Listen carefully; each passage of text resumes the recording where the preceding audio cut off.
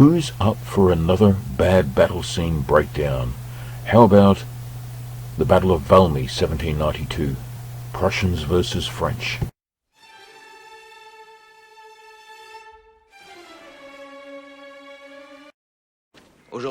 I love these French infantry kneeling in the mist, awaiting the Prussian onslaught, looking like a ragtag bunch with hardly any uniformity.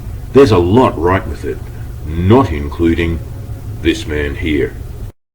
Why is this man allowed on the set at all? Is he an antique dealer? Is that why he's wearing that?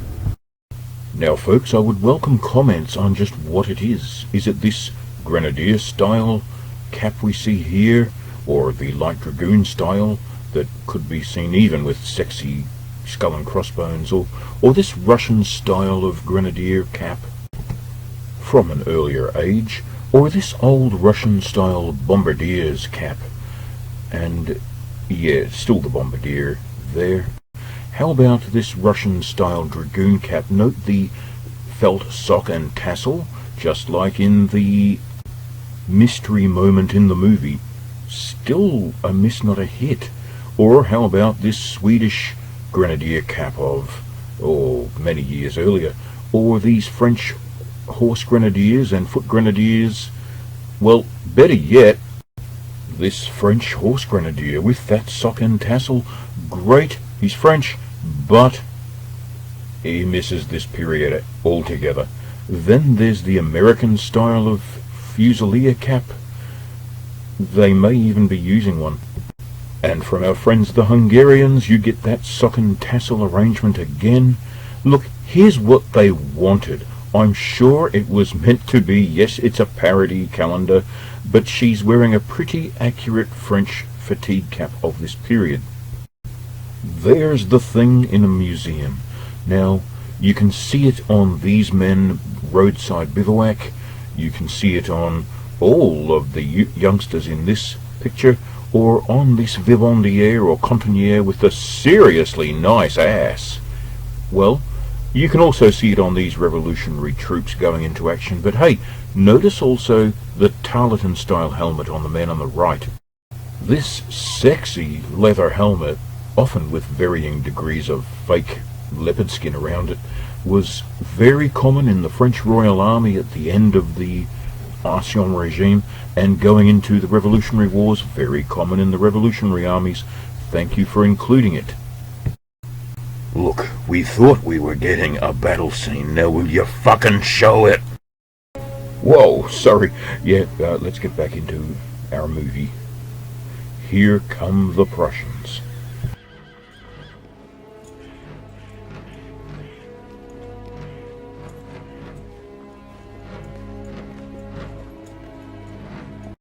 And a round of applause for those flags.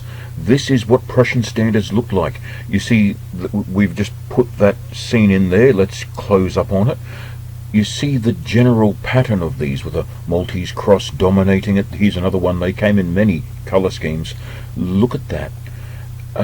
Maybe, I suspect they got some Russian flags of the period like you're seeing here and slightly modified them. Good on them if they did. I'll just jump the gun a moment to show this to advantage. Look at it.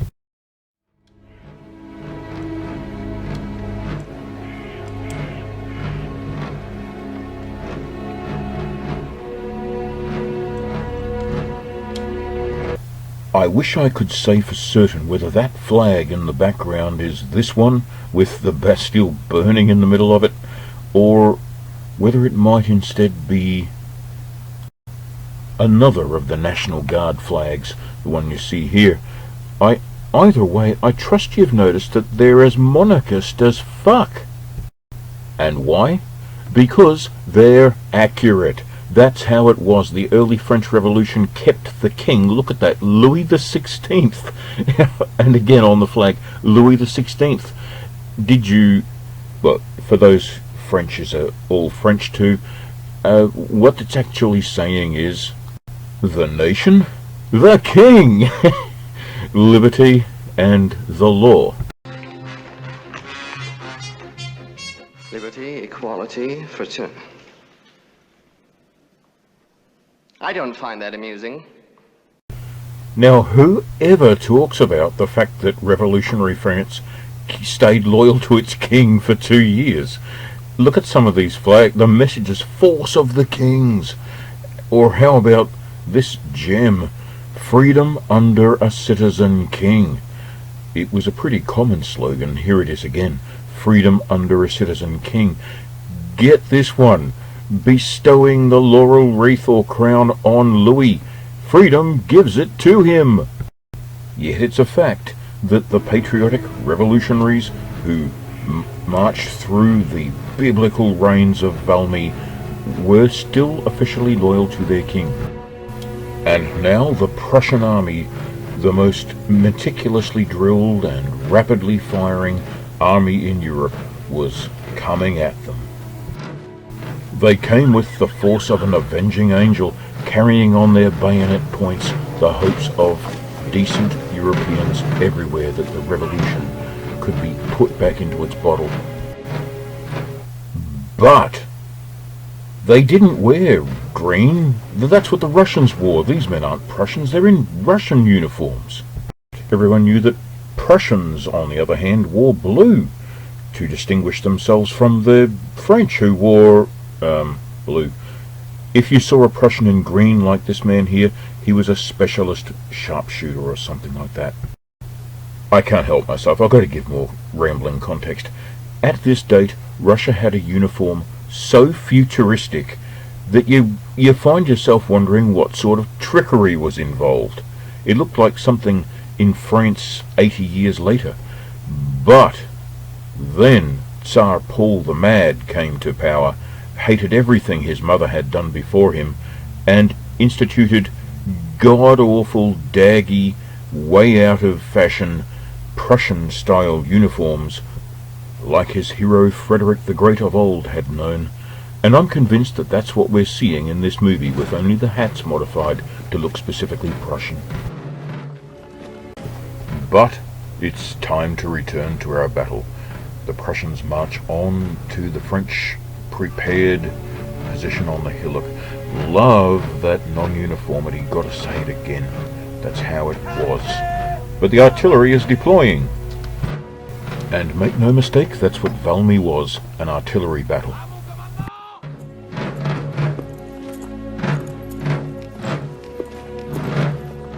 Commanding the Prussians, the Duke of Brunswick. Commanding the French, someone who doesn't turn up in the movie's credits.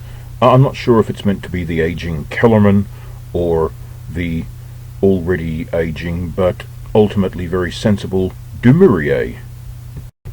Sensible, I say, because eventually he recognized what the revolution was. Here you see him ordering the arrest and turning over to the enemy of the commissars the revolution sent to arrest him. He said, "Le bollocks to this," and deserted the revolution and went over to the enemy himself. As did many thousands of French soldiers at this period. What, you hadn't been told that? Well, what you're looking at here, every one of these men represents an entire regiment of French soldiers in British service fighting against the revolution in this period. Indeed, on that day at Valmy there were thousands of Frenchmen in the army of Condé in the Prussian ranks, but not engaged. What you're seeing here is Frenchmen who took a stand against the revolution in France itself, fought it bitterly for over 2 years, in the course of suppressing which the revolutionary regime murdered about 250,000 civilians. It was the province of Vendée, and before it was over, they were holding frequent mass drownings, pushing the survivors back in with poles in the river, under the leadership of the appropriately named Carrier. Brunswick of Prussia was under no illusions about this revolution. He and Condé put together the infamous Brunswick Manifesto, distributed to the citizenry of Paris ahead of the Prussian advance, warning them that if anything happened to any member of the royal family, everyone in Paris would be required to explain his role in the revolution up till now. Stuff like terrorizing the royal family in the Tuileries Palace, or whipping nuns. Yes, or sexually mutilating Marie Antoinette's best friend and dumping her dead body as a demonstration would be considered bad answers under the Brunswick Manifesto. Revolutionary Parisians put on a brave face and did things like this with the manifesto while they awaited the Prussian army's approach.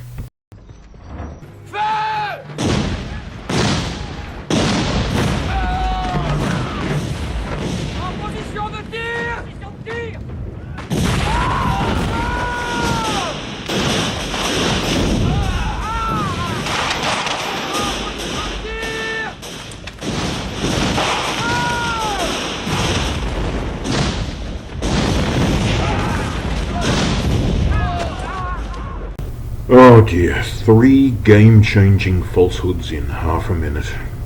Let's start with the position of the French artillery.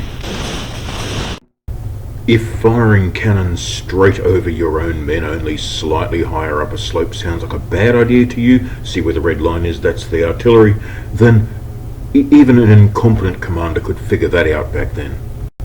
Let's use the most famous painting of this battle to illustrate how it was just an artillery duel.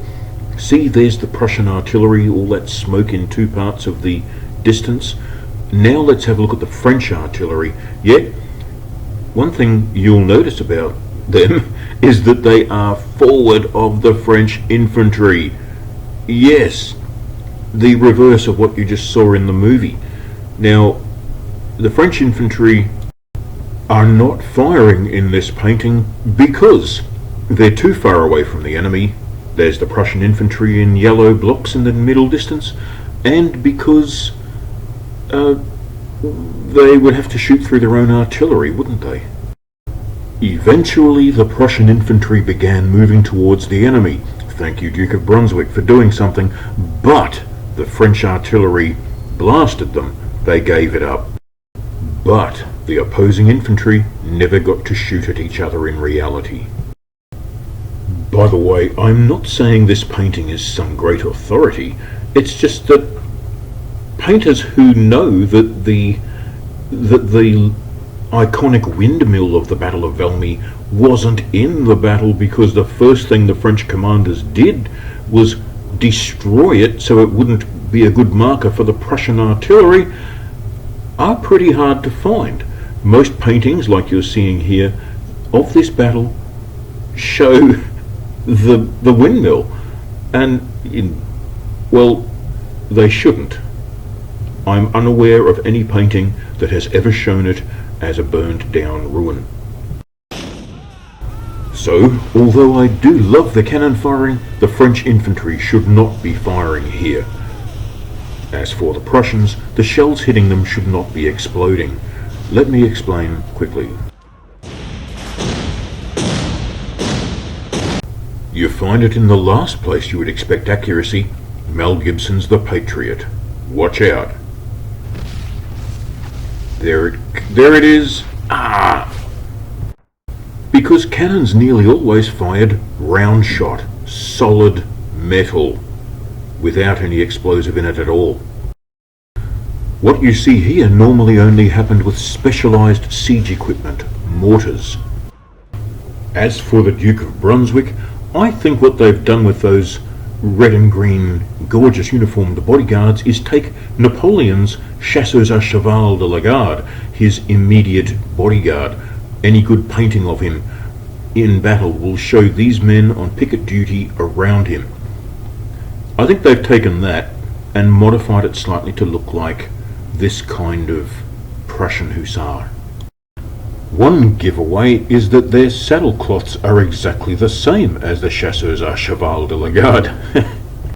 Sorry folks, you're getting into the spirit of the wrong side, wrong decade for that. And so as Piers Morgan and Mel Brooks face the crisis of the battle, it's time for the totally fictitious infantry hand-to-hand slugfest.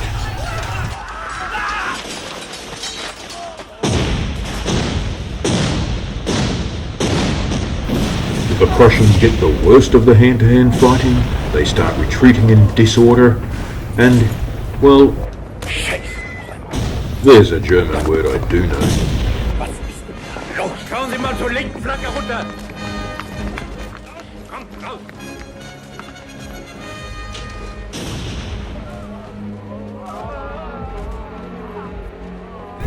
The French commander, whichever one it is, impales his hat on his sabre and passes down the line, encouraging the troops to cheer lustily for victory. That doesn't help me figure out if it's Kellerman or Dumouriez either, because both were portrayed in art doing that at Valmy. It was a moment to cherish forever, and the men sang lustily the new song La Marseillaise, which of course today is the most dead-set awesome national anthem in the world, bar none.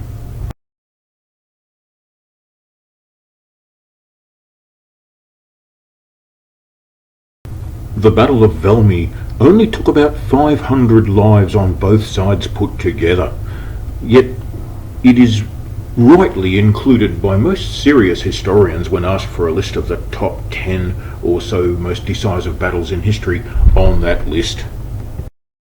Let's start with Brunswick. He didn't get to interrogate and pass judgment on the increasingly feral French mob. They lampooned him mercilessly as he retreated, and the rest of Europe did too. Look at these Prussian soldiers literally crapping their pants. Pretty much anyone in Europe who wasn't Irish or Polish was now chanting, "What a load of rubbish! We want our money back!" But some sort of coping mechanism was needed for the enormity of this tragically missed opportunity. It soon became a quarter century of almost constant warfare, in which millions of men were sent to their death or maiming, often for no better reason than the ego of a conqueror. Tragically, Brunswick's failure that day caught up to him many years later on the battlefield of Auerstadt, where he was wounded by a musket ball taking out his eyes and slowly died over a 3-week period while Prussia had already surrendered. Dumouriez, once more, figured out the revolution was a complete fucking goat rodeo and got out while he could. Kellerman, on the other hand, never lost his national hero status and stuck with the revolution, and when Napoleon instituted his marshals, Kellerman became the oldest and least active, essentially included as a figurehead in the star-studded list. Next on our Where Are They Now list, that revolution, what became of that pseudo-intellectual adventurism?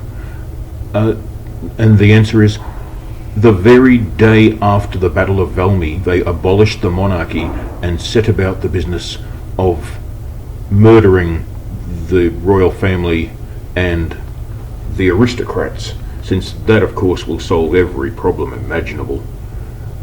And the revolution sank deeper into depravity with every passing day. Remember those revolutionary spankings of nuns by feral market women?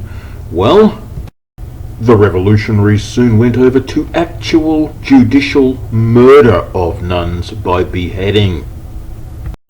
No doubt you've heard them say, "Revolution devours its own children." This is just the occasion for which that phrase was coined.